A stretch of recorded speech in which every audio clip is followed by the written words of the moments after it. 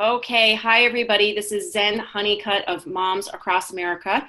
It is March 12th. This is our Moms Monday Night Connect call, and our mission is to empower millions to educate themselves about GMOs and related toxins, to offer GMO-free and organic solutions, and through supporting local leadership, we are creating healthy communities together.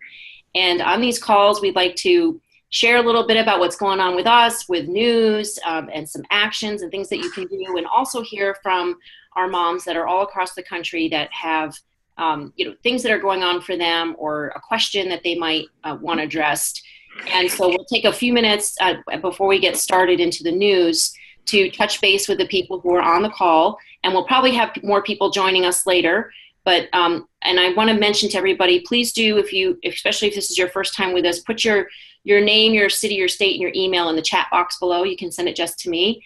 And we appreciate that you can have your video on when you're not running around the house. That we appreciate that, to be able to see you. And also, if you have a question, I believe there's a little wave your hand thing down at the bottom, because once we go to speaker view, sometimes I can't see if you just, wave your hand like this. Try to, wave your hand at the bottom by touching on the button. So please feel free anytime to jump in or ask a question. Okay, otherwise I might just keep talking. So feel free to join in. Okay, so first let's go to Judy. Judy, where are you from? And do you have a question, or do you have anything you want to announce that's going on in your area? I don't have anything to announce. In Florida, Tampa Bay area. There's a lot of spraying going on around here. So there's a little bit of gathering and talking. I've just been spending time trying to collect my people. And so I don't know, I'm just constantly following you, constantly reposting, constantly educating myself. I love everything you do. You're so tenacious. Seriously, you've got me. I'm like, okay, she could be anybody's mentor who wants to start a grassroots thing. You're really doing an excellent, fabulous job. So. Thank you, Judy. Well, you touched on the first thing you said was, I'm like, basically you're gathering your people. That's the first thing to do. You can do a lot alone, but you can't do as much, right, alone. And it just looks, I hate to say it looks better, because it's not about how it looks, but it's stronger when you show up at a meeting with 3 to 6 to 10 people, and you have, you have some people with you.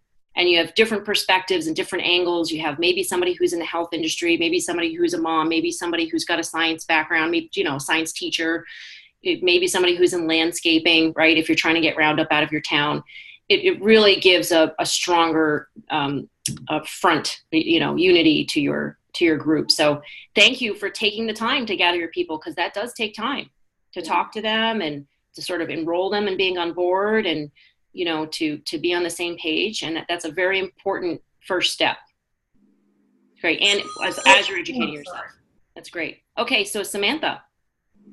Hi, my name is Samantha Malinsky. I live in Arizona. I live out of Cottonwood, and I'm going to be holding my first event on, what did I just say? April 7th. April 7th from starting at 10:30 a.m. and it's going to be on safe and non-toxic alternatives to chemical pesticides. So yay! And can you hold up your flyers you just got? I just got the flyers. Super excited. Oh wow, those are nice. Yeah. So those are our Why Eat Organic flyers, and we also do touch on the chemical usage in the towns. We also, you should have gotten some other small flyers in there about alternatives to Roundup as well. It's okay if you can't get to them right now, but there should be some smaller flyers with. There's these. Oh yeah, those. Yep. And some stickers for sure. My kids were eyeing those. Great. Yeah. Yes, butterfly and bee stickers. That's a great way to sort of get people in. I'm sorry you have to cut them, but it's a great way to get people into, like, if you have a booth or you're handing things out, it's a nice way to start chatting people up. For sure. Yeah, and there should be a flyer in there about alternatives to Roundup as well. It's a small, awesome. I'll look. Small green flyer, yeah. And if you don't get those, then let us know. What's that? You have those packets for sale? Yes, and they're actually free if you have an event. If you post an event on our website, you get a code sent to you through the email, an automatic response, and you can order a box. You have to pay for shipping, but you can order a box. So we do that because we want to make sure you're committed to having an event. We don't want to just send boxes out and have it sit in your garage. So, if you are having an event, you can post that under events on our website. It's very easy, it takes a few minutes. And then we can also share that event for you in our different state groups and different areas. And you get a free box with materials to pass out to your friends and neighbors. And we found out that, we did the math, and that if just 56 moms in each state passed out a stack of those Why Eat Organic flyers, just 100 of them, right? And you pass those out, and each one of those people that you reached, right, those, say it was 5,600 people in the state, told their friends and family about GMOs and related toxins. And those 10 people, right, who told 10 people like that, and if all of them just spent $100 a week on organic food, you could cause a $50 billion shift per state. Per state. And that's what we've sold organic food all, up to date now. So we can very easily, it's 56 people passing out these flyers. So in each state, that's not a whole lot. We can absolutely do this. We can transform the food industry together. Awesome. Yeah. So I'm excited to be a part. Make sure when you pass out those flyers, you don't just give them, say, here, take one or two. Give them a stack of 100 and say, can you leave this at your library, or can you leave this at your school? Okay. Ask them to all they have to do is drop those out. You know what I'm saying? Don't just let them take one or two, because that's what they'll tend to do. Okay. Give them a mission to get that 100 flyers out. Okay? I will.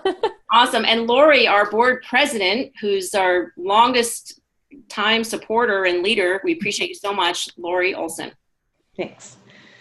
So I'm here in Port Orchard, Washington, and I've been going to a lot of different health food stores, and one of the local ones, it was nice to see our flyer along with their books in their bookcase. So that was really neat, and I'm going to try and get them in to the co-op in Olympia and work on my surrounding neighborhood on getting the toxins out. And I found somebody at a local meeting who's all over that too, wants to work with me on that. So we'll start showing up at the city council meetings and stuff.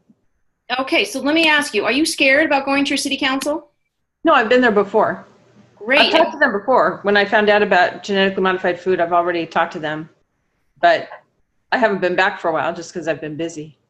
So. Great. Okay. But were you scared the first time? I want for people who haven't done this. Was it nerve-wracking? They give you a very short time to talk, and it's better if you talk to them ahead of time and tell them what you want to talk to them about, and maybe, give them the flyers ahead of time, or have enough for all of them, all of the city council members, so you can have something to put in everybody's hand.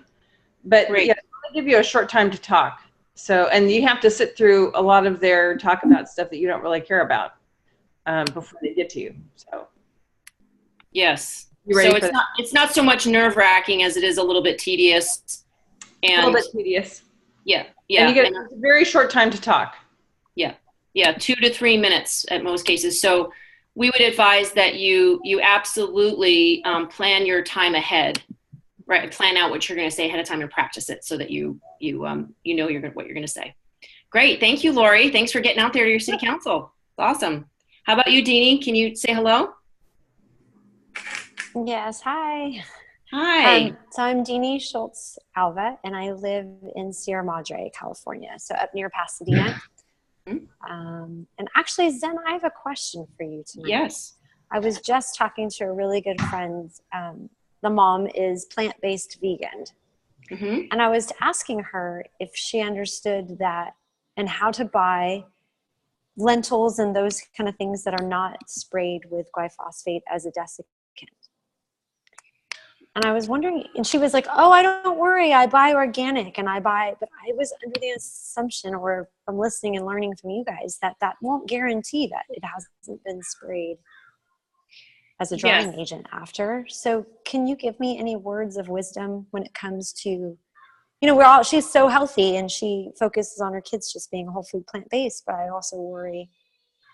Yes. Well, I appreciate that question, because what you're touching on is something that's very unfortunate that a lot of people don't know about. There's a book that came out called Poison Foods of North America by Tony Mitra, who was is a tenacious activist in Canada, and who got his Canadian Food Inspection Agency to test 7,800 food samples. And when they did that, they found that the majority of some foods, I mean, up to even 100% of some foods that were tested were positive for glyphosate residue. And some of those were included organic foods. So like organic red lentils, organic garbanzo beans, some black beans and white beans, and hummus for sure. Yeah, so hummus for sure were still contaminated with glyphosate. They may not have been high levels. In most cases, it was like 26 times lower when it was organic. And it was definitely not all samples. I want to be clear about that. It was not all organic samples.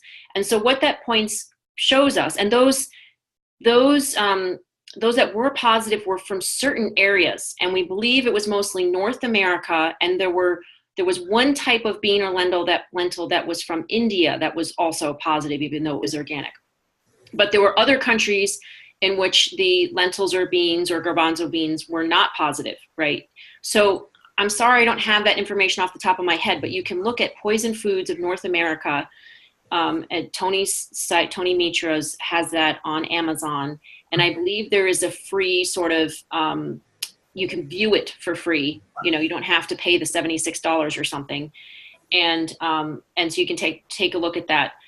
I'm very glad she's eating organic, because most vegan or vegetarian people just buy vegan or vegetarian and they don't really put the effort into getting the organic because they don't think it's very important. They think avoiding meat and dairy is the most important thing ever, and not avoiding pesticides or herbicides or GMOs is as important. So I'm very glad that she is eating organic, and you really want to commend her for that, because the pesticides and herbicides on vegan and vegetarian ingredients can be the highest of all the foods. So they're garbanzos, the That's wheat. why I was talking to her about it. She's my inspiration because she just does such a good job about keeping her diet so clean for her family. It's great. But then she was completely unaware that they are spraying as a drying agent. She's like, well, it's organic, so it can't have any. And I was like, no, I don't think so. It was like, for me, yeah, I've been some on your organic calls. food, but it's not all organic food. So Okay. It was just in this case, they're garbanzo beans and some of the red lentils and the peas. I remember you saying, yeah, and keep in lentils mind, and garbanzos were high. Yeah, and some of it could be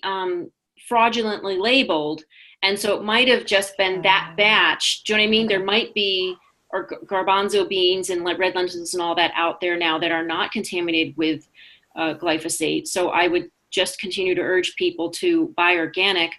But if you really want to be very careful, look at that book, Poison Foods of North America, and see which countries the grains come from. And if you can order from other countries, I would strongly encourage you. Even Mexico's food was 70% less contaminated than the United States.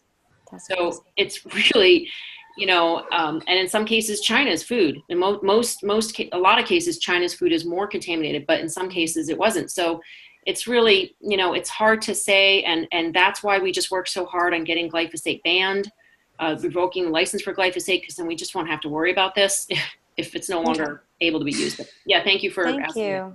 No, thanks for clarifying. Awesome. And was David, David, are you Frankie? You've been on the call before. Oh, you're in the chat. Okay, yes. Frankie from Michigan, thank you so much. And she doesn't, for some reason, can't be vocal or have her video on.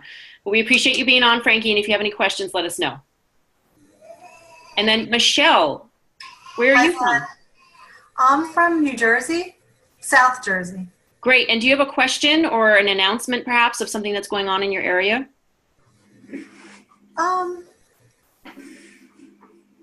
No, just, actually I'm a teacher here in New Jersey. And it just was brought to my attention that the science curriculum at our school, they're actually starting to teach about genetically modified organisms. And the resources that they have are very pro GMO. And I just see that as such a concern, because these, if these kids start hearing this at a very young age, that GMOs are safe, I think this could create there's already a problem. So, I just think it could make this problem escalate. It concerns me a lot. And I don't know what to do about it. So. Okay, so let's think about that for a second. Did anybody else on the call have any ideas of what she might do about this? Has anybody faced this in your school? Yeah, so Frankie says Monsanto funds the 4-H as well, right? Which is, yeah, so it's not just the school, it's a 4-H program. Okay, so I have some ideas, but I just wanted to check in. Does anybody else? Yep. Even in homeschool stuff. Even in homeschool stuff, really? Yeah, in the stuff that I get, like, Erin,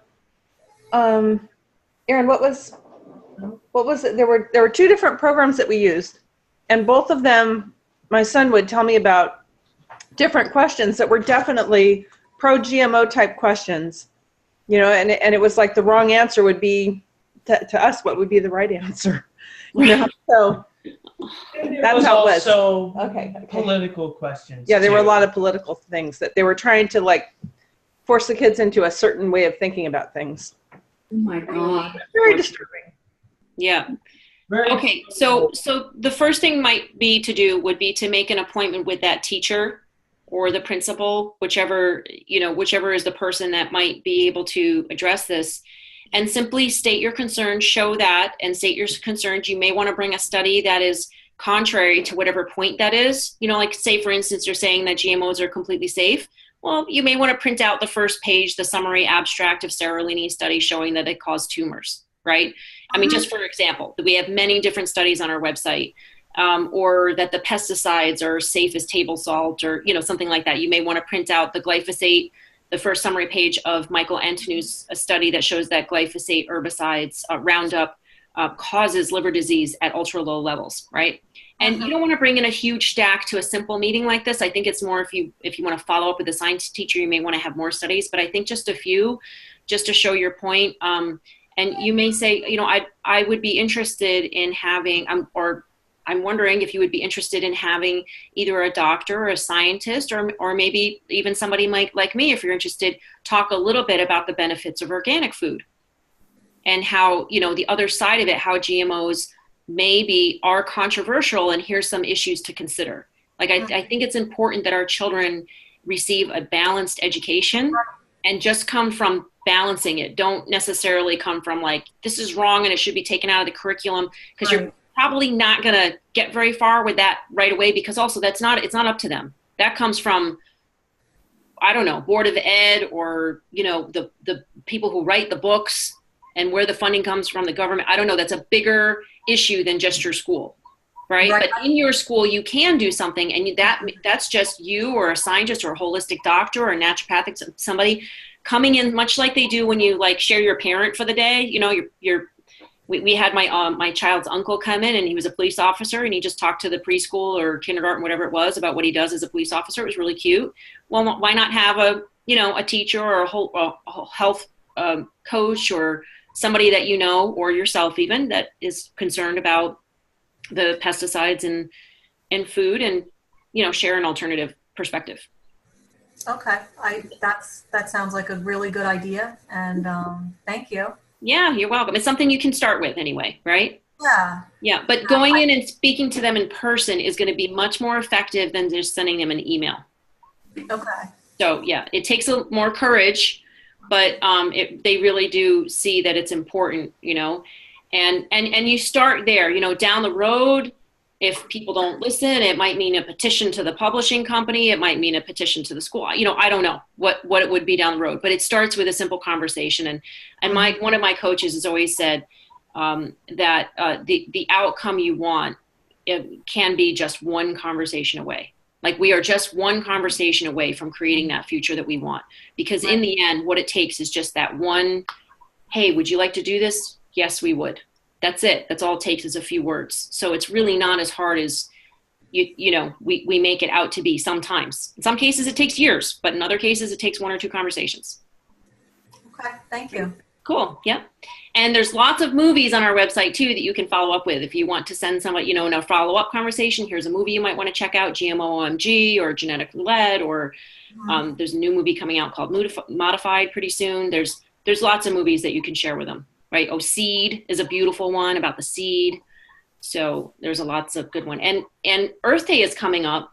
So there might be a request that we can make to our schools as well. Like, hey, during Earth Week, can we have a farmer come in and talk about the benefits of organic, right? Mm-hmm. Like, sort of make it in with the curriculum, and, you know what I mean? Something like that. Yeah.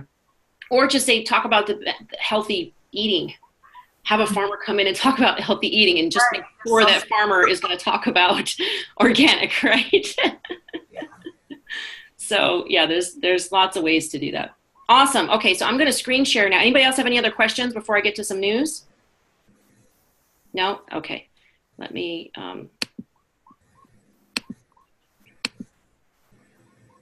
okay. So actually, I'm going to go to this other one first. So first, let's start with some good news. Today, we just found out that Anheuser-Busch is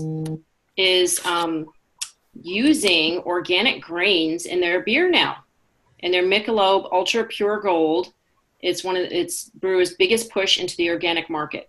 So look at that, made with organic grains. I'm not promoting beer. I'm just saying it's progress, okay? And not all of the ingredients are organic, but they are made with organic grains.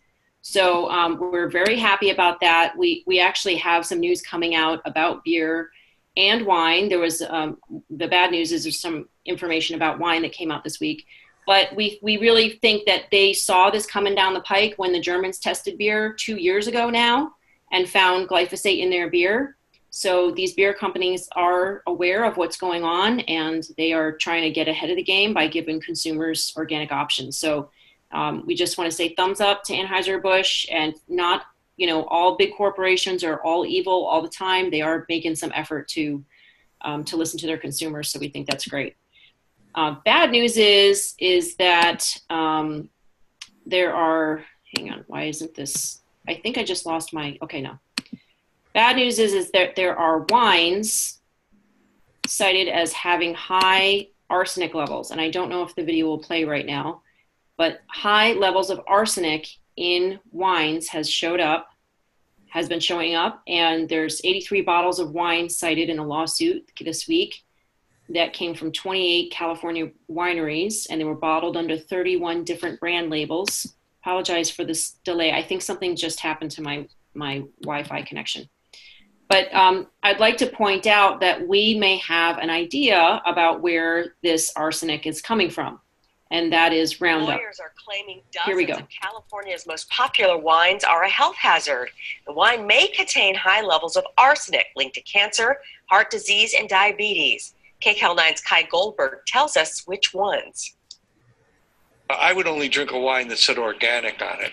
At the end of a busy day, a lot of people love to kick back with a glass of wine. It can relax you or be the perfect complement to dinner. But a group of California consumer lawyers say that there could be a hidden danger in some of the inexpensive brands of wine, and they're filing a class action lawsuit. The lawsuit is over the fact that these 83 wines have high levels of arsenic. The lawsuit filed today is against more than 80 wineries. It claims that these wineries knowingly produce wine that is laced with inorganic arsenic. Inorganic arsenic is 500 times more toxic than just organic arsenic. The low-end wines named in the lawsuit typically sell for less than $10.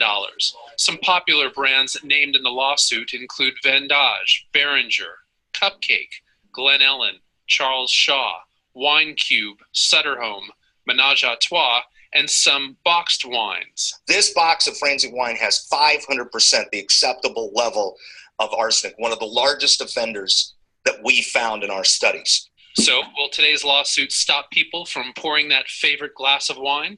It wouldn't stop me from drinking wine. It would stop me from drinking the wine that has arsenic. So there you have it. Now to a tragic turn on the oncoming feud between pop star Katy Perry and a group of Stop. Okay, thank you. So we have an idea about where that arsenic is coming from, and that is Roundup. Roundup has been detected to have levels of arsenic in it. I believe what they say, the same thing they said, 500 times higher than what is the allowable levels. So that study came from Seralini. You can see it on our website, Arsenic in Wine. If you look under blog and you search there, I don't have it open right now. But of course, the lawyers are not making that connection to Roundup right now, but we will. So we have a report coming out soon with more testing in wines as well. And we'll be putting it hopefully tomorrow or the next day. seeing as wine and beer have both been making the news, this is a great time to put our report out. And, to be clear, they don't spray Roundup with arsenic directly on the grape vines. They spray it in between the vines while the season is, it's a dormant season, but the grapevines do uptake the chemicals and they end up in the grapes. And this is why it's so important to stop using this altogether, because it can go into the soil. It can, be absorbed by surrounding neighboring plants or trees. It can weaken the tree. Don Huber says that glyphosate essentially gives a plant AIDS.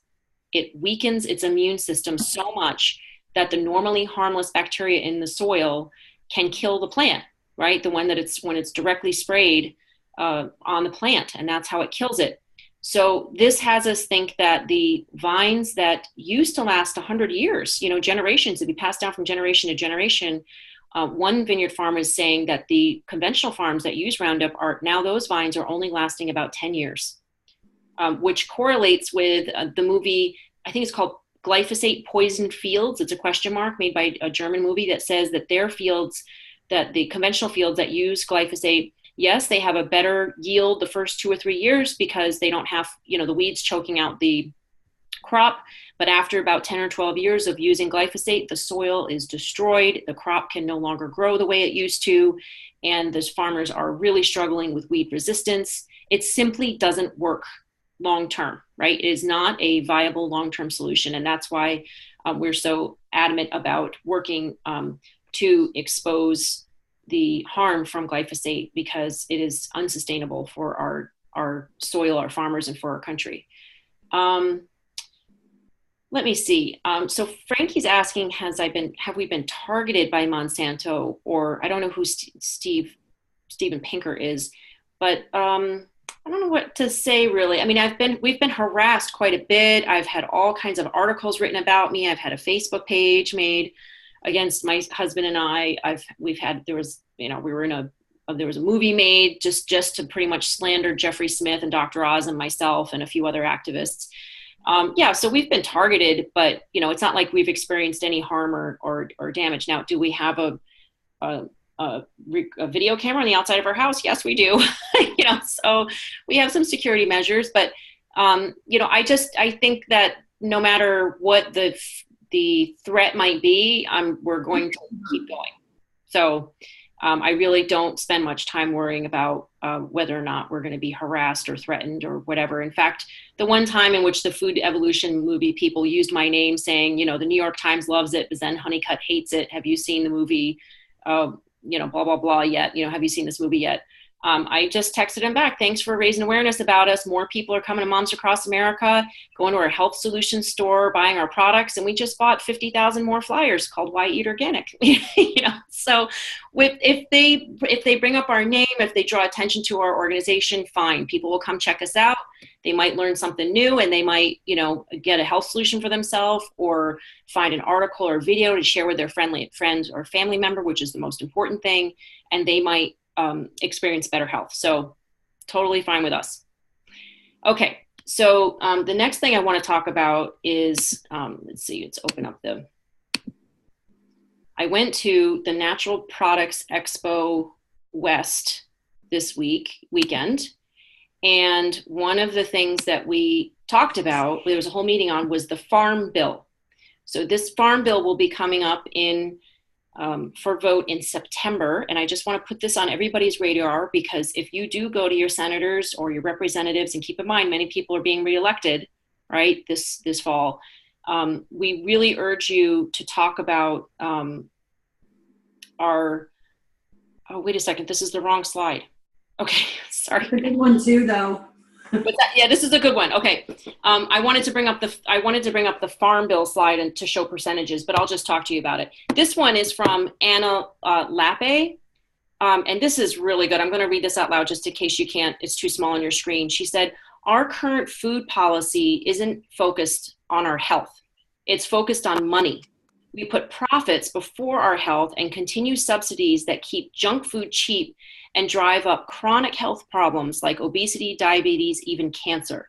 The goal of our food system should be to produce healthy, affordable food that is accessible for all Americans, that protects our health, our workers, and our environment, provides humane treatment of animals, and that will protect our local farmers and keep them farming their land. We need policies that recognize healthy food is a necessity, not a privilege. And most people that read this statement, they said this is very convincing, or somewhat convincing, and felt very positively about that. So I'll just look at my notes then instead, because I didn't upload the other picture in time to talk to you about the Farm Bill, but I do have the stats and I can tell you them. Okay, so of this Farm Bill that's coming up for revote in September, the way it's broken down as far as expenditures, 79.1% is for food stamps. That's $756 billion of the Farm Bill is just for food to give to people on welfare. And so I understand why Trump wants to cut costs, right? And he's trying to do these new things called harvest boxes. And there's a video out now from a woman who received a box. I think it's a trial run. It's a giant styrofoam box filled with basically TV dinners, like chicken and cheese casserole and pork on, mashed potatoes with a biscuit that could be a hockey puck. And she's used his foul language. It reached 3.5 million people in the one day that I saw it being shared. And then Facebook took it down. And then I went back to YouTube and there were only a few people, like other blogs, like her original video was taken down completely. Other bloggers put it up and then one person took off all of the audio of the woman. They kept the video on, but they took off the audio because she was swearing so much about it. And she did a very rational sort of like, look, folks, this is what we're faced with. We're going to get this harvest box. We're not going to be able to buy produce. We're not going to be able to buy organic food. We're not going to be able to make our own choices. This is all we're going to get. So you do have a choice. It's either this or find another way, grow your own food, right? Find another way to purchase food, right, that you need. So she was very rational and reasonable. And that one today had about 4,500 views.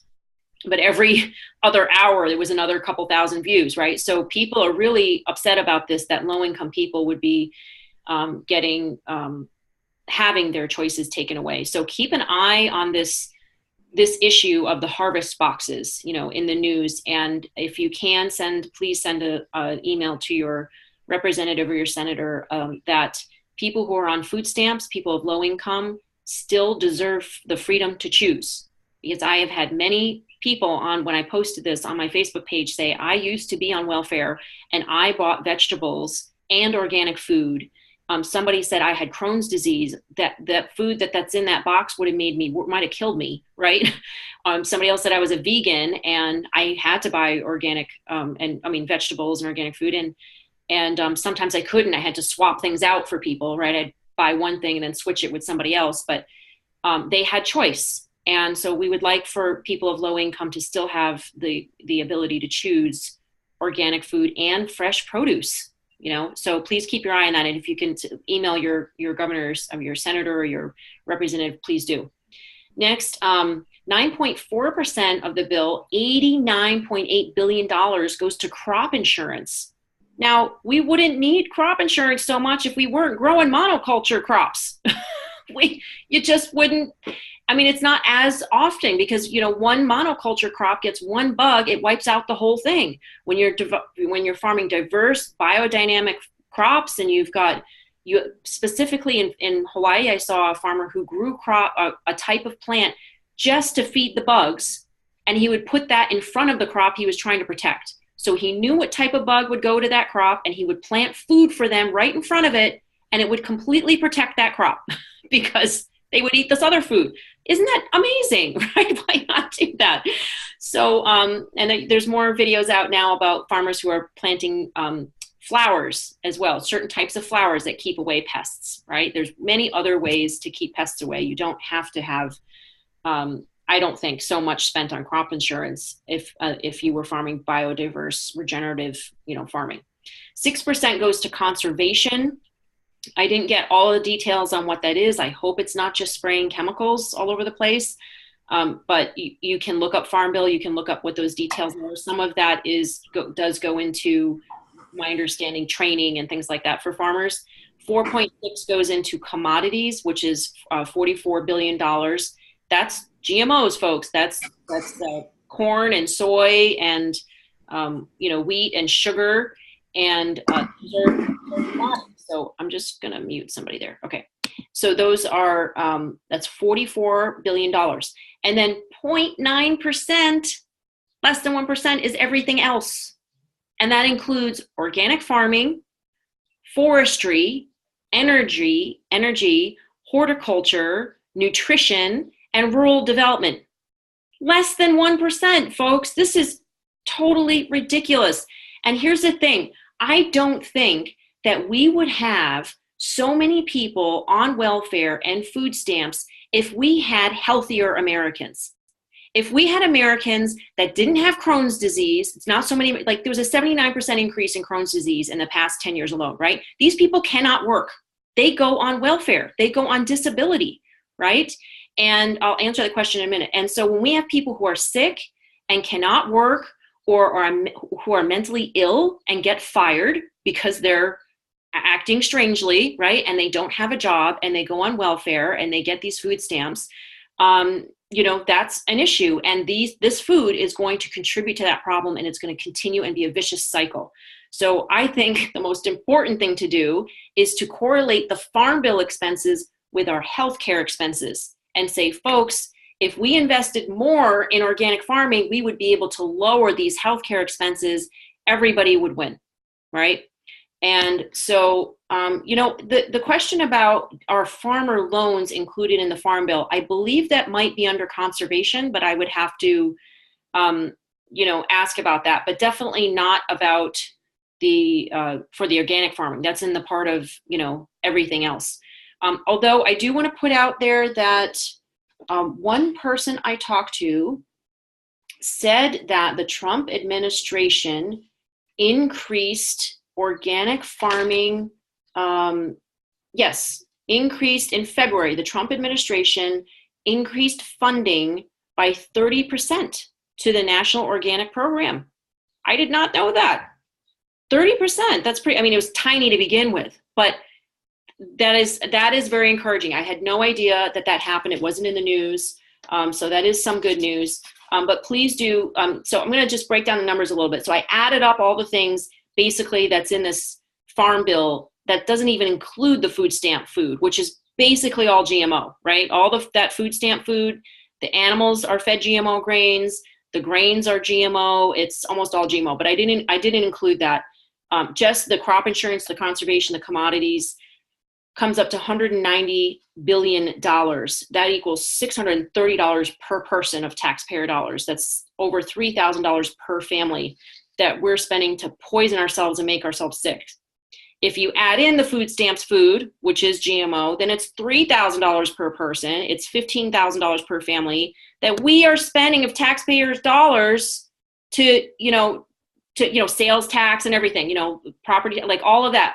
Our money is going to poison us and make us sick. And I am opposed to that. I think that if that money were spent on organic farming instead, we would all be healthier, the food would be less expensive, and this type of ridiculousness really has to be pointed out.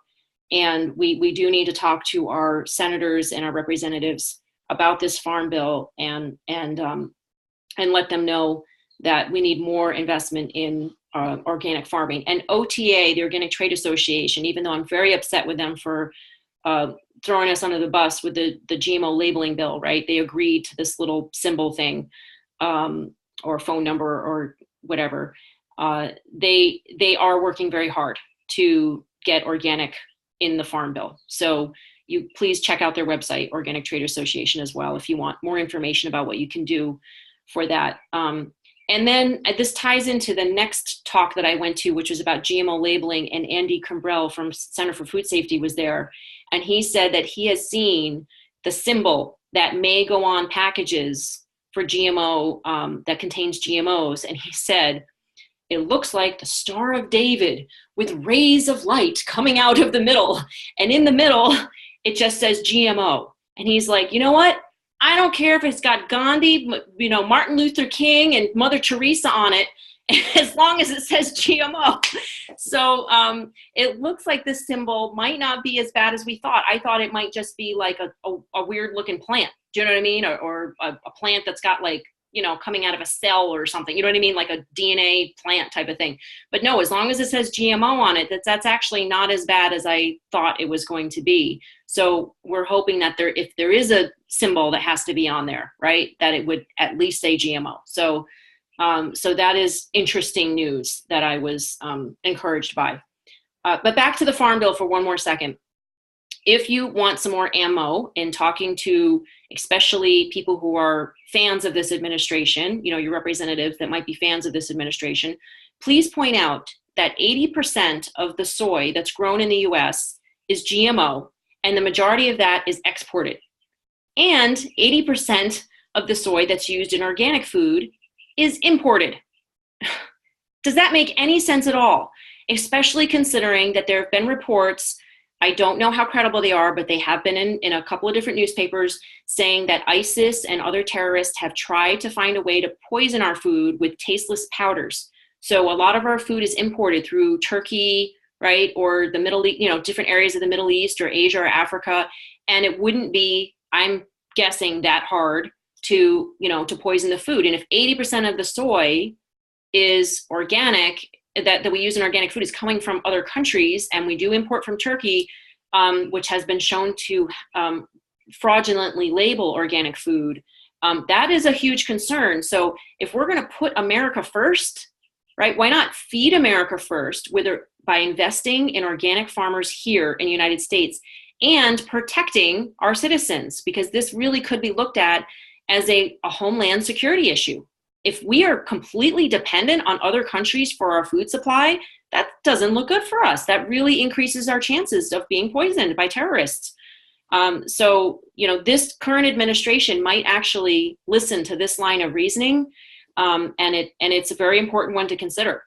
It's you know, really, we need this growing organic food in our country. It must be looked at as a homeland security issue as well. In addition to good for our economy and our healthcare.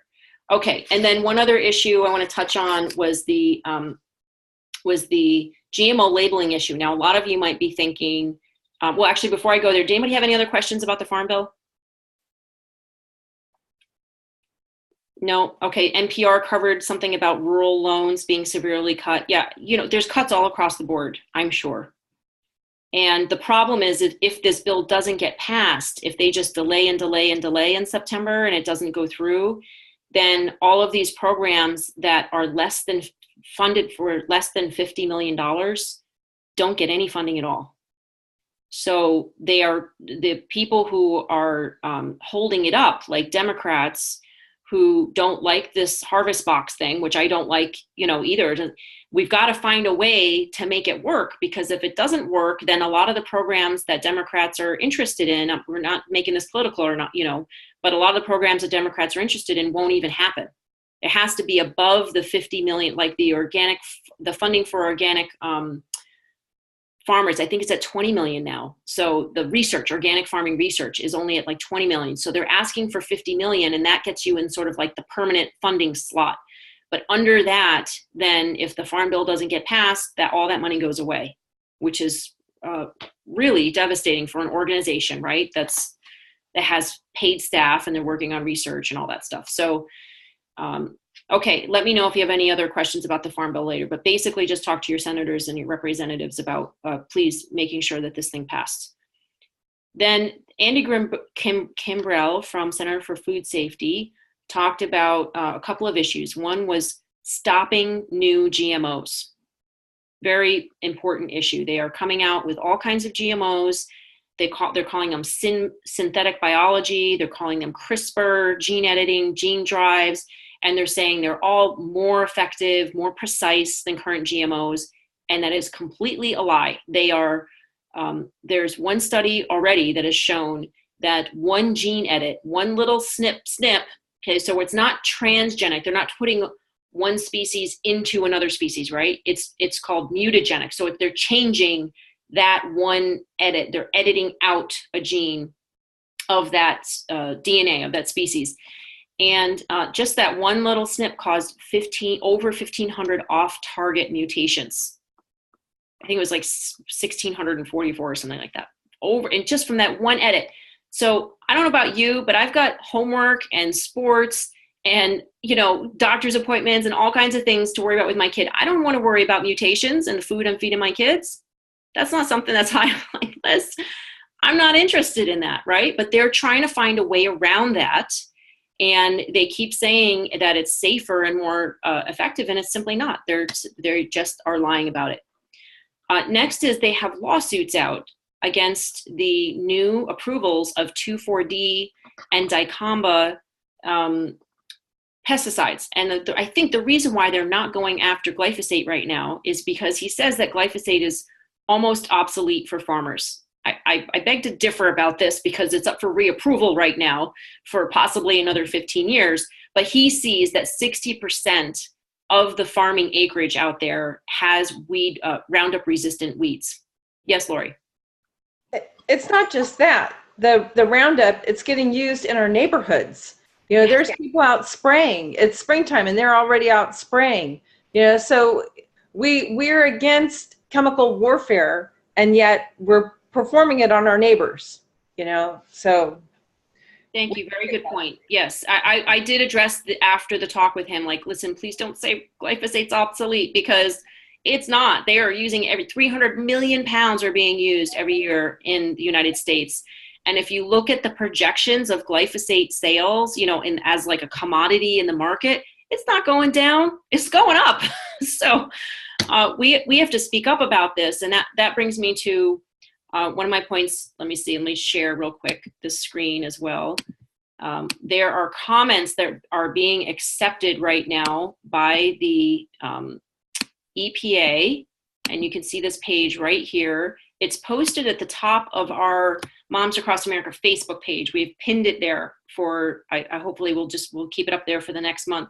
You can go here, and it doesn't look like it's for glyphosate, right? Because it doesn't say glyphosate in the top here. It says draft human health and or ecological risk assessments for several pesticides. So they've lumped together, but you can see right here is glyphosate, okay? And here you don't have to comment on all of these chemicals in order to comment. You can just comment, and you just click right here, comment now, and you fill out this section right here. You fill out your information. And it's very easy. It doesn't take very long at all. I just haven't done it yet for Moms Across America because we were just at this big expo and I need time to assess all my thoughts. But if you want to read what other people have written, you can. And I think it's under, why does it say 0 comments? Wait a second. That's not right. The last time I checked, there were over 200 comments. I hope they haven't been removed. So make sure to save your comment, and you might be okay, here, yeah, 226 comments received. And you can view the comments by, I think, just clicking on them. And one of them is from Beyond Pesticides, which is very, very good. It's very long. Please don't get overwhelmed and don't comment because you don't, want to include everything in there. But you can see people's comments of what they're saying, and you can, if you want to use some of it or not. So there's a lot of people now who are doing positive comments for glyphosate. This is one of them. Safe and effective to use, okay? So the last time I checked, 70% of the comments were pro-glyphosate. So we really need, thousands of comments. And you may say, here, support, safest, right? The top 3 comments right here are pro-glyphosate. So how much do you want to bet, Zen, that somebody is paying them to make comments? They're getting paid for that. How much do you want to bet? Or they're employees of one of these companies that is using glyphosate? They absolutely could be doing that. Yeah. So this is saying see all the comments, and so you can scroll down, you can see other people's comments here, but please do, Texas Farm Bureau, Arkansas Farm Bureau, golf courses, of course, still want it. Sarah Laney, I'm so glad to see Sarah Laney commented. And there's, where's Beyond Pesticides? But Beyond Pesticides is a very good one. You can look through here and find. Oh, Don Huber, so glad to see him.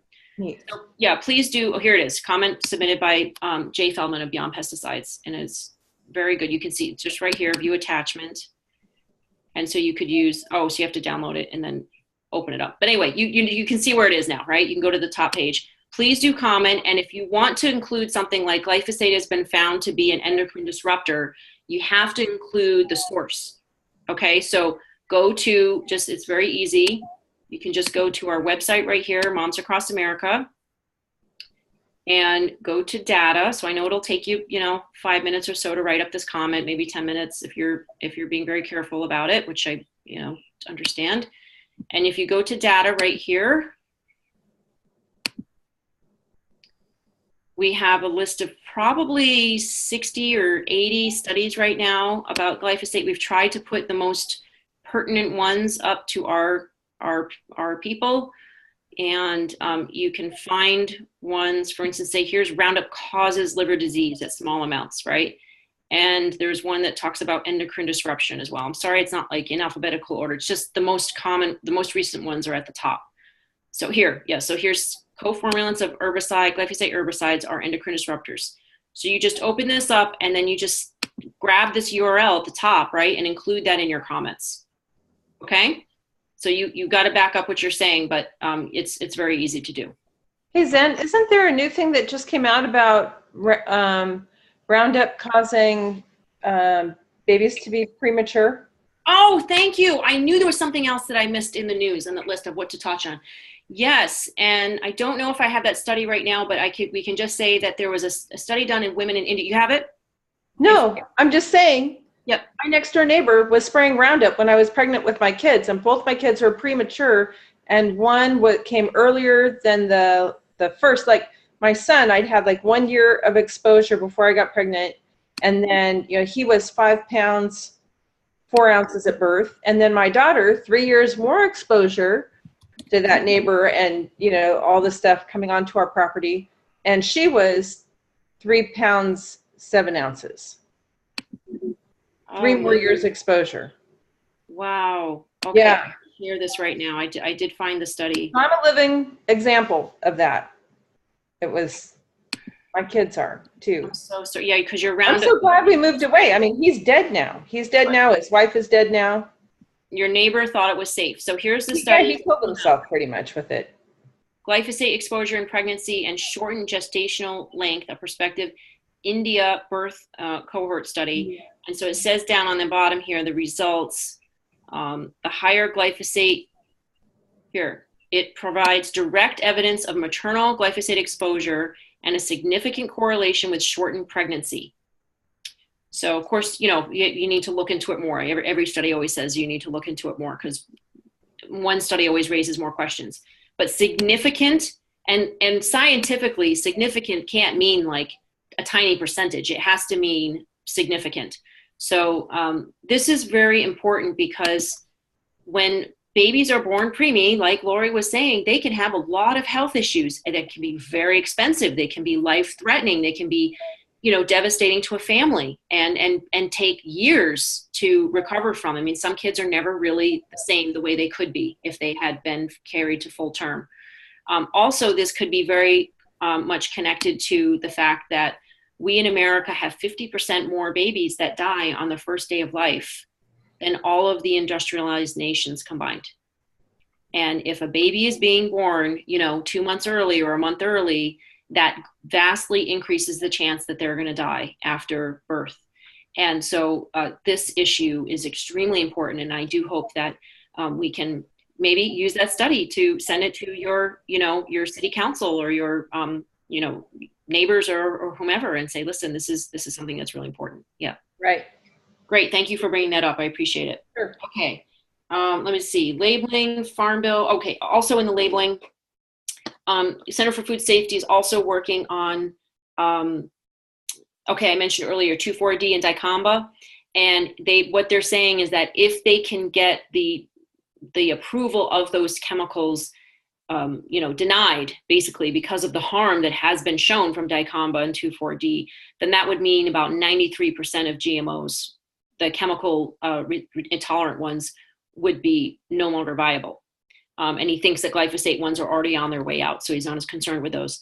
So just FYI, and those lawsuits should have some decisions by the fall. So this year, there could be significant wins on our side regarding GMO chemical farming. Now, it wouldn't stop the GMOs that are CRISPR or gene edited or gene drive, but it would make a significant dent in the use of GMOs that are herbicide tolerant. Okay, so he's also going after the GE salmon. That has been shown it could devastate wild salmon within 30 generations if it gets out. And it already did get out up in Washington, right? During the eclipse, there were some salmon the GE salmon that got out. So that issue really does need to be addressed. And we're glad there's been 60 retailers who have rejected the sale of GE salmon. Did you know that? 60 retailers. Yeah, that's awesome. So every time that you write to your retailer, whether it be Costco or Home Depot or and every time that you write to them and say, we do not want you to sell this, it matters. Hearing from you matters. So if you've given up on the president or the EPA or the FDA, at least don't give up on the retailers. Okay, contact them, tell them, leave a little note when you're at the checkout. Say, can I have a little piece of paper? I'm going to leave a note to the manager. Please don't sell this, and that. Yes, Lori. Costco has a stand at the exits for comments, and I've left them several comments, and I had callbacks from the buyers and stuff when I first, was just pounding home to them. You buy the organics, we'll get the organics from you. Just bring it in. And so, the squeaky wheel gets the grease. And if you don't bring it up, they don't know that there's a market. So you got to bring it up. And I talk to the produce guys all the time. And now at our Fred Meyer, we have a really good organic section. And so it really does pay to talk to the produce guys. That is awesome. I did that the last time I went to Costco. I left a note. Thank you so much for organic. I think it was, we need more. I told them, I don't know, we need more organic something or other. I don't know if it was cheese or whatever, but yeah. And I toured 24 Japanese food executives around Orange County, and I made sure to bring them to Costco because they don't have huge warehouses like that. And not that much, organic at all. And they were very excited to see these gigantic bags of, of organic chips and, all kinds of produce and all of that. By the way, hi, Cheryl, you're new on the call. Do you want to say where you're from? Yeah, sure. I'm from Edmonton, Canada. Oh, from Canada. Welcome. Welcome, welcome. Is there anything you want to announce about what's going on in your area, or do you have a question? Well, I run a group called Pesticide Free Edmonton, and we are trying to get a cosmetic ban in our city. We're also trying to address the use of chlorpyrifos for mosquito control, which has been a big concern. And I've been quite regularly giving presentations to the public in my area and connecting with farmers and trying to get some changes for our province. We're sort of behind Canada in looking at issues around food and pesticides in general. So I've been following you for a while. Great. Well, thank you very much. If you wouldn't mind putting your name, your province or your area in the chat box below, you can do it just to me if you want. It would be nice to be able to follow up. Sure. And please do, you must be following on our newsletter, so you got this information. So keep in touch. Thank you so much.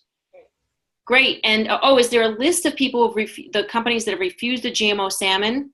I'd like to support them. That's a great question. I think going to Center for Food Safety would be great for that. But I will make a list, a note to myself for us to highlight that on our website as well, to link back to Center for Food Safety for the list of companies that have rejected GMO salmon. And I'd like to put out there, Lori had a great idea about the rice. We just need to get organized if anybody wants to help with this. We'd like to do the same thing with rice. We'd like to have retailers reject GMO rice. And something else that was at the Natural Products Expo West that was important to touch on was the Impossible Burger. So this Impossible Burger that's supposed to be vegan and vegetarian, and they're saying that they might even be saying that it's organic. You should know that it's made from the root of the soy plant, which I'm pretty sure is GMO, right? Because soy is GMO here. And the root is a part of the plant that has never been in the food supply. So they went to the makers of the Impossible Burger. It's called Heme or something like that, HEME.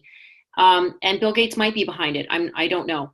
But the manufacturers of the Impossible Burger went to the FDA and tried to get it to be perceived as GRAS, which is generally recognized as safe. And the scientists at the FDA did something good, and they said, no, this has never been in the food supply before. We cannot generally recognize this as safe. And they said, well, but it's similar to something that has been in the food supply before. They're like, no, this has never been in the food supply before, so we are not going to just generally recognize it as safe. And so they didn't get that approval. But apparently, from the last article that I saw, it's out on the market in some places. I'd have to, verify that. But it is not being considered GMO because less than 0.8% of the proteins that detected are GMO. And if it's less than 0.8%, they don't need to have it be classified as GMO. So there won't be a GMO label on there. So if anybody has read the series Mad Adam by Margaret Atwood, she talks about a special meat in there all the time. It is very scary how right on she was with her novel about a genetically modified future. It's really scary. So please do keep an eye on this Impossible Burger issue and modified. Yes. Zen, this is Deanie. Sorry, I didn't know what it was, and I saw it come across my news feed as it's going to be available in Target. And it's surprised. I didn't know what it was, and it was a woman that I knew that we used to run a bunny rescue together. So she's vegan. And I was like, what is this? And she was like, yay, this is awesome. And hopefully the price is cheaper than the $8 that we pay for it now. So I was thinking it was something already on the market. So I'm a little confused.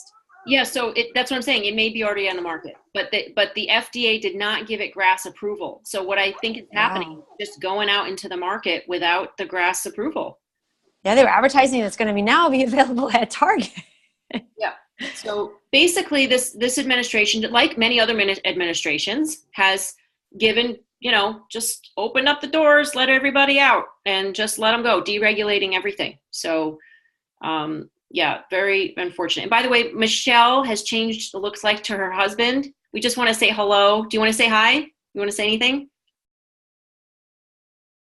Hi, everyone. My name's Tom. I'm on the meeting because my wife is putting my daughter to bed. Okay. Well, thank you very much for being on and being supportive of your wife. Sure. Yeah, absolutely. Awesome. If you have any questions, let us know. Okay. Thank you. Or comments. Okay. Great. So let me touch on just a few more things. The GMO labeling comments and that narrative are going to come out they said in 2017, could be any week now, because the GMO labeling, the law is supposed to go in effect in July of 2017, and they're supposed to allow, I believe, 2 months, right? 60 days for comments. So if you backtrack, that means any day now or any week now, the FDA has to come out with, this is what the labeling is going to look like. We're going to require a phone number and the symbol and da-da-da, you know what I mean? They'll come out with, this is what we're proposing, and then we'll have 60 days to comment. Yes, Lori? You mean it's going to come out in July of 2018? No, the law has to be in place by July of 2018 for GMO labeling, right? There was a mandatory law that was passed for GMO labeling, which basically doesn't look mandatory. But here's the really great news I want to tell you guys about. So you remember how the GMA spent over $100 million, the Grocery Manufacturers Association, right, to stop GMO labeling? Well, what happened is that the 10 top companies that support the GMA got so tired of the bad press, because we were all shaming them, right? They dropped out. The 10 top supporters of the Grocery Manufacturers Association dropped out. So that's Campbell's, Nestle, Dean, Mars, Unilever, Tyson, Hershey, Cargill, Kraft, Dow, and DuPont. And the president of the GMA resigned. Look what you did, ladies. So then the GMA agreed with Center for Food Safety on the definition of GMO labeling. So that means that it's possible that this GMO labeling bill that'll come out in July of 2018 might have to include oil and sugar, because the previous one did not. And the Center for Food Safety has said, no, you need to, if it's derived from GMO corn or GMO sugar, that's got to be considered GMO. So we might actually have a shot at meaningful mandatory labeling. And we have to keep saying that, reminding people that GMOs have only provided a risk to human beings. There's been no benefit, right? And once it's labeled, then he believes GMOs will die on the market. That once people know about it and they see the label on it, that'll be it for GMOs, the current GMOs, right? And then he brought up the issue of, Michael Hansen from the Consumers Union brought up the issue of GMOs, the new GMOs, SynBio. There are some that are like fermented yeast, they're calling it cellular agriculture, gene editing. There's a milk out called Perfect Day, vegan milk. Watch out, vegans and vegetarians. They're coming after your perceived idea of what is healthy, and they're going after that market. So in it is a food grade yeast, but they use synthetic biology to make more of the proteins or whatever that is in the milk. I'm sorry, and my notes aren't very clear. And they do 3D printing. They make completely, they make up new ingredients such as vanilla, and there's a couple other ones. I'm sorry, I don't remember them all right now, but they make them up with a 3D printer and a computer. And this is what is happening. He said something about there's a code on optimization. You have to get the plant to read it. So it's not the same as the original organism. It's different. The same with the Impossible Burger. We mentioned that. The yeast that's engineered, that's in it. So 20% of or 47 of the proteins that are in this Impossible Burger were not declared. So 71% is this heme protein, genetically modified heme protein, and then 47 of the other proteins are not declared.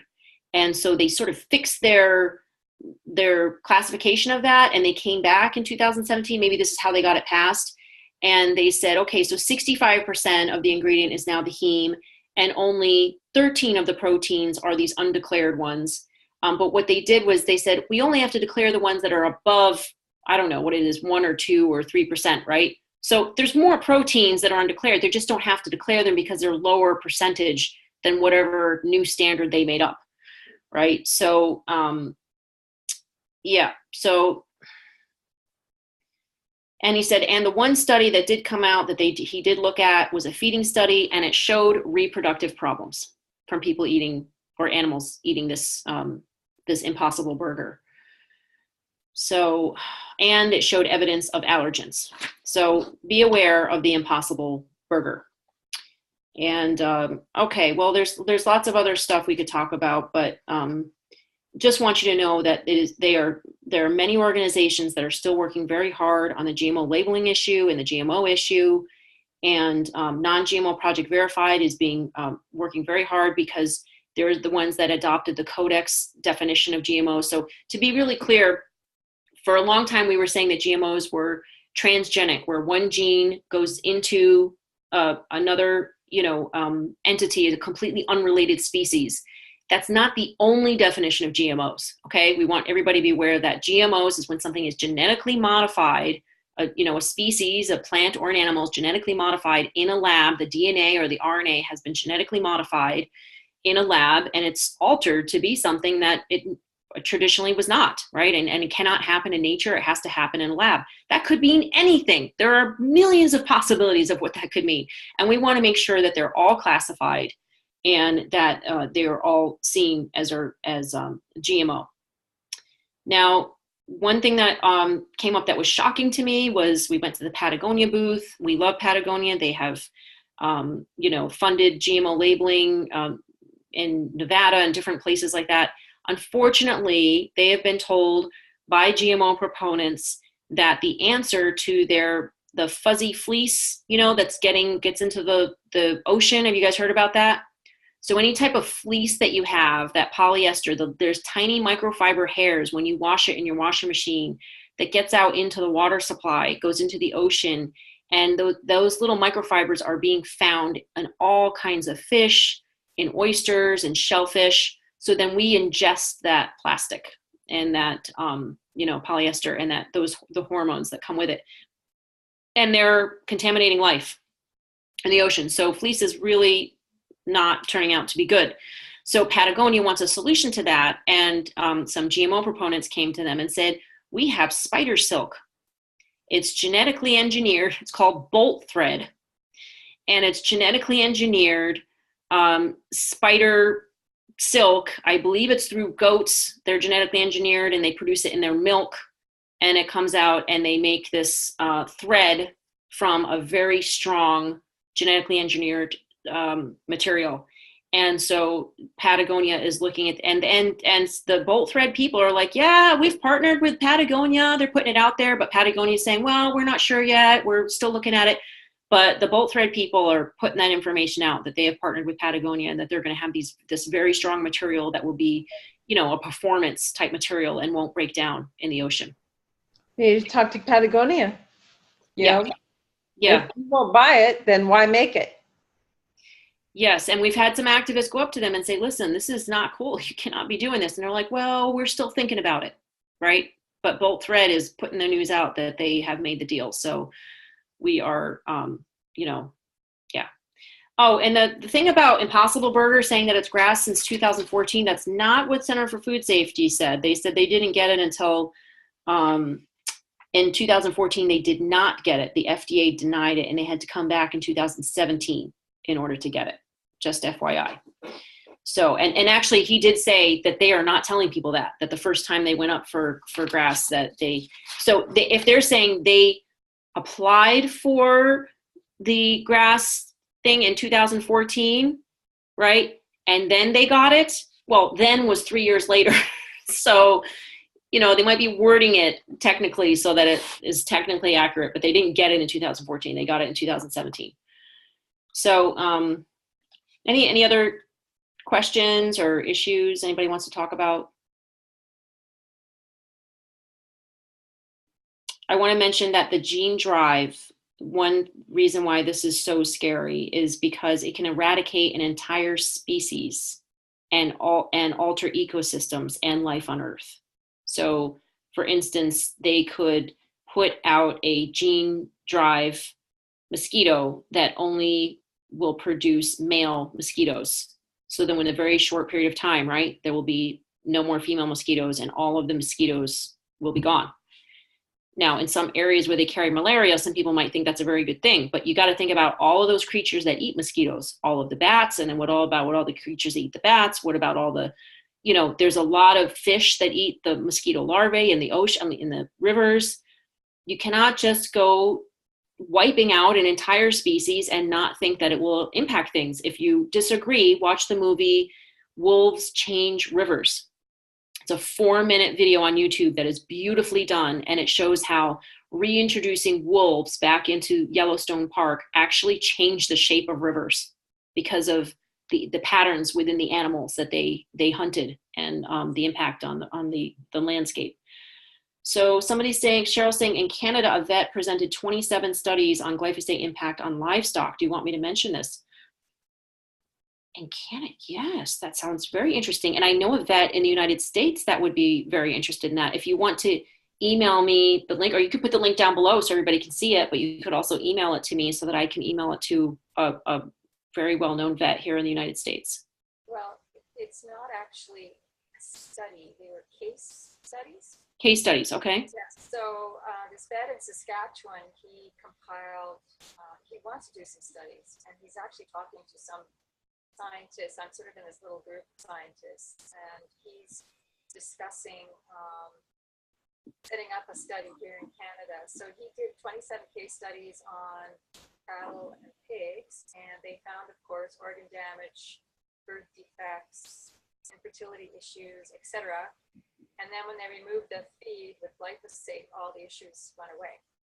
Of course. This was presented in Calgary, at the University of Calgary. I went down to see it. And there was also a horse, a guy that's been involved in these conversations who's been saying that when they eliminate feed to horses that have glyphosate in them, they notice a difference in the behavior of the horses, that they're just easier to handle. So it's very interesting that it seems like there's a lot of conversations about these things, but people are afraid to speak out probably because in New Brunswick, I don't know if you've been following what's been happening in Canada, but in New Brunswick, one of our medical officers of health, chief medical officer of health, was speaking out about glyphosate and its impact on wildlife. And because one of the deer biologists out there believed that it was killing deer and causing birth defects. And so this medical officer of health spoke out about it, and then she was immediately removed from her post. So I think some people here are afraid to speak out. It's kind of like I'm looking for retired people to get involved with us because otherwise they're at risk. And in Alberta, we're kind of industry orientated here in ways that are not so great. So it takes a lot of work to get these kinds of things turned around, but it's interesting that he has compiled these case studies and he's trying to get someone to do a study here to get people thinking about it. So I just wanted to share that. That's great. I'm so glad that people are working on this in Canada.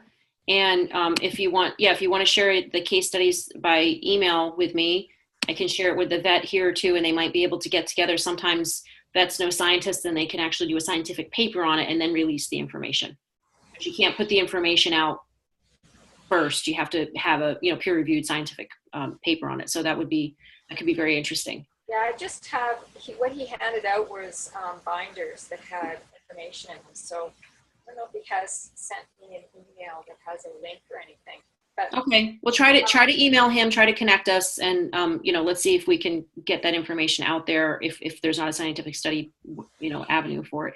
Yes, Judy, you have to unmute yourself. I'll do it for you. Oh, you got it. I just wanted to mention one quick thing when you way in the beginning when Lori was introducing herself and she was talking about going to a city council meeting, I think. And we were talking about the short periods of time that you have to speak, and so to be very prepared. Back in the day when I was a super advocate in welfare reform, what we did here in Florida, they gave you a time limit, but you had to pre-sign up for a public speaking spot. So what I did was I created a packet, and I took 1 minute to talk about the packet and passed it out to everybody. And then I brought 15 people. There were 30 people, each one who had their own story and a certain particular point to make. And we followed each other back to back. And it had a very overwhelmingly magnificent impact. We were able to take up 30, it was 15 and they were 5-minute speaking spots. So it was a long time ago, so I don't really remember the details. Wow. Anyway, I just wanted to mention that as a tip if anybody's, That's great. Yes, we did that. Yeah, we did it at our city council. We only had 2 minutes, but I brought a whole page and I had pre-timed out 2-minute sections. So I would bring copies of it and write a section. I would write, James on this section and Rachel on this section, right? So they would know. Right. And the other thing is you never know who's going to get called up first. So our person, the last guy got called up first. So he was quick on his feet and he said, listen, I'm going to present some solutions to you. And then my cohorts, my colleagues, right, are going to come up here with why you need to implement this. It was so great. He did awesome. Yep. And then you got to roll with it. One lady, we gave her some very important points and she didn't say those at all, but she said, I'm pregnant. And by the time my baby's here, I would like Mission Viejo to be, toxin free. And she talked a little bit about her baby and her concerns and health issues. And she did a beautiful job. So you also got to roll with it. Don't get mad at people if they don't say what you're giving to them. Right, good. Say something, beautiful as well. Yeah, great. Okay, well, I've taken a lot of your time, but I do want to mention two events before we go, just in case these are something that you can go to or somebody in the area that might want to go. This is Beyond Pesticides has their 36th National Pesticide Forum on April 13th to the 14th in Irvine, California. And the topic is organic neighborhoods. for healthy children, families, and ecology. And we're just so thrilled that Beyond Pesticides, UCI, and Non-Toxic Irvine are partnering on this. We can't wait to go. We know people from Arizona who are coming, from Northern California, and it's very reasonably priced. I don't know if it's $20 or $40, something like that. It's very reasonable. They have a great list of speakers. Carrie Gillum, I'm sure, is going to be the featured speaker. And we will be there with our friends and family and, supporting this fantastic event. And then there's another event that's called Autism One, if you have not heard about that. It's in May 23rd to 27th, and I'm going to be speaking there on a panel with, I believe, Zach Bush and Stephanie Seneff, and there might be another doctor or two, so I'm very honored to be able to be there. It's in Chicago. It is 4 days, I believe Wednesday through Sunday, that might even be 5 days, of just so much information, everything you want to know about other, like, biomedical, just all types of ways that you can support your child with autism, or even prevent, if they just have ADHD or behavioral issues, if you want to prevent them from having autism. It's a great, really great convention with, I'd probably say, about 100 and something speakers and at least 200 vendors. And some of the speakers are moms like me, but most of them became health coaches or, not doctors, but coaches. And the way that they speak is so detailed and so supportive of health that, it's more intimidating to speak after them than most doctors that I see, because they know their stuff. I have to tell you, they know mitochondria in and out. They know, all kinds of all the different gene mutations. And I mean, they know their stuff. So if you want to be inspired and you want to support your child with autism issues, this event is probably like the event to go to. So any other questions before we go, or comments?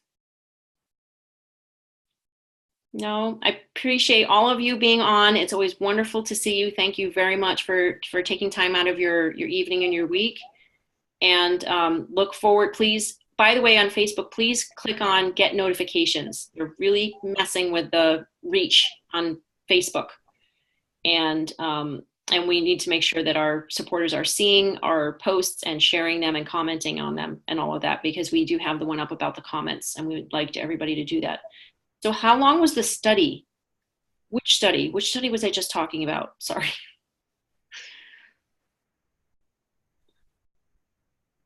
No, where's Samantha? On our website, it didn't say anything about the study itself. It just gives general information in their Q&A section. Oh, this is about the Impossible Burger. Impossible Burger, yeah. Yeah, so Samantha posted the propaganda that they have on their website of how safe it is and how they got it recognized as safe. And there really should be a lawsuit about, about them misleading the public about this, because I would tend to trust Andy Cambrell from the Center for Food Safety. Absolutely. Yeah, that's unfortunate. Yeah, really unfortunate. So, okay, well, thank you for pointing that out. If you're interested in checking out the Impossible Burger, please do. But don't believe the hype. Okay. Yeah, really. Yeah. All right. Well, thank you very much for being on.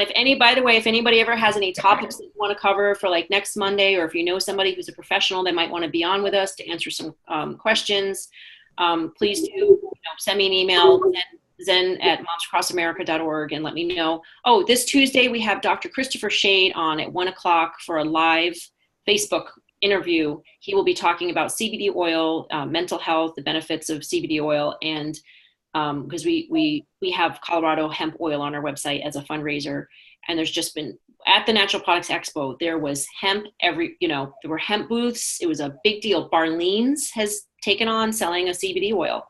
And Barleans has been around for generations, I think, big deal. The Facebook Live will be on our Moms Across America Facebook page. It's an interview, and so you will be able to ask them questions if you want. I'll be able to see them. So I prefer that method than doing a video like this where we just talk to people and then put it up afterwards. So please do share it as well. And he'll also be talking about minerals. They've acquired one of the companies that we get one of our minerals from, called Quintessentials, and he'll be talking about the importance of minerals. So please check that out on Facebook on Tuesday at 1 o'clock Pacific time, and let us know if there's any topics that you ever want to cover on Mondays. Okay? Okay. Thank you, everybody. Bye-bye. Bye-bye. Thank you.